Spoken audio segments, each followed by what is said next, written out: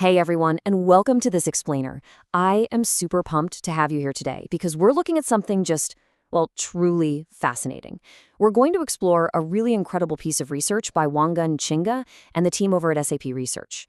It's all about how a relatively simple, grassroots tech intervention could actually tame one of the most chaotic transportation networks on the planet. So grab your focus because we are jumping straight into the vibrant, high-speed world of East Africa's Boda Boda industry and seeing how a basic app might just change everything. Okay, let's start with a massive paradox. How exactly do you regulate a transport network that has literally zero central control? Think about it. No official stops, no set routes, and hundreds of thousands of independent drivers just navigating dense urban centers and remote villages alike. It sounds totally impossible, right?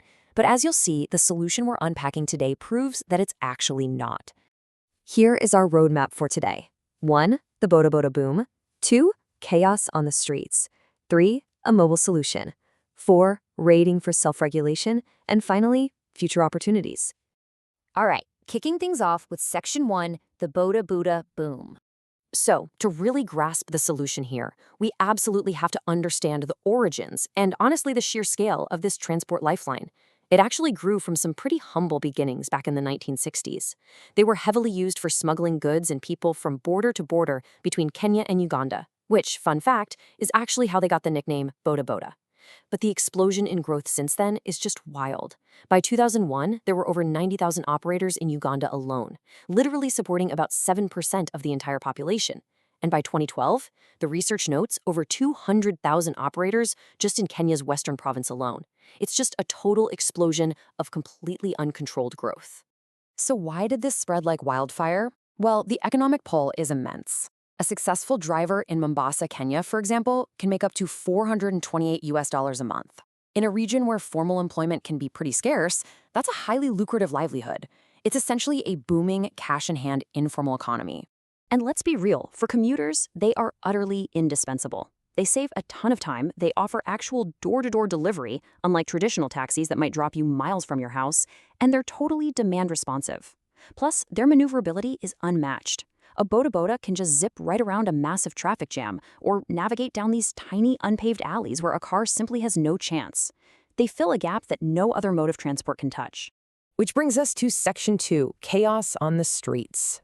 Because, with that incredible convenience comes a pretty harsh reality. All that unregulated growth, it's led to some massive challenges. On one hand, sure, you have fast, cheap, door-to-door transit. But on the other hand, you have serious danger. Commuters are regularly dealing with arrogant or abusive drivers, really unhygienic shared helmets that nobody wants to wear, and even severe safety risks from criminals literally disguising themselves as Boda Boda operators just to rob unsuspecting passengers. Just to put that danger into perspective for a second, 7,300. According to the research, that is the number of Boda Boda-related accidents handled at just one hospital, Mulago Hospital in Kampala, over a given period.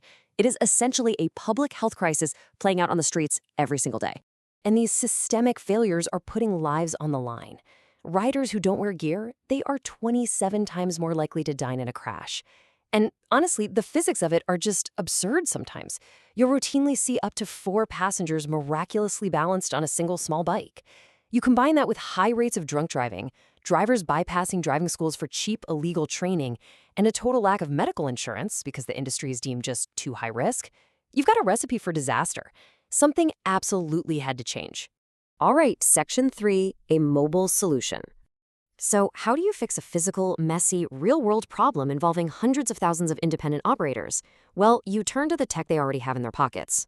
The SAP Research team used design thinking to really get inside the heads of the users, and they came up with a clear mission, creating an electronic system for ordering, reviewing, and tracking Boda Boda services. It's this incredibly elegant, tech-driven intervention aimed directly at empowering the commuters. Take a look at this. A commuter opens the app and instantly sees the active drivers in their immediate vicinity, all tracked right on their phone using GPS.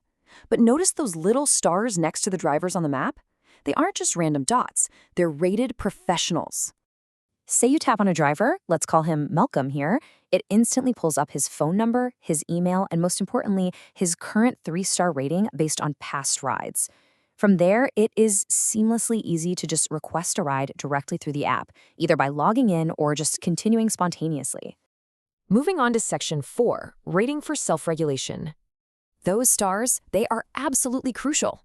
They are the genius mechanism of self-regulation. By giving commuters the power to rate their drivers and making those higher-rated drivers show up more prominently on the app, you are directly incentivizing better behavior. Think about it. If a driver wants more customers, they now have a real financial reason to provide a clean helmet, to stay sober, to drive safely, and just be polite. It completely bypasses the need for some corruptible police enforcement because it puts the power of accountability right into the hands of the market. So the total chaos of hailing a ride on the street gets boiled down to a super simple 4-step process. 1. Locate nearby drivers. 2. Review their ratings. 3. Request a ride. And 4. Rate the driver post-trip. It completely transforms an informal, messy interaction into a structured, transparent transaction. And finally, Section 5, Future Opportunities. Because the impact here doesn't just stop at a safer ride. Once you digitize an informal economy of this massive scale, the whole ecosystem just opens up. Network operators can host the app and tap into millions of new interactions.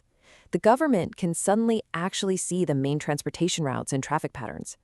And insurance companies who literally wouldn't touch this industry before can now use actual star ratings and GPS data to assess risk, meaning they can finally offer insurance to the safest drivers.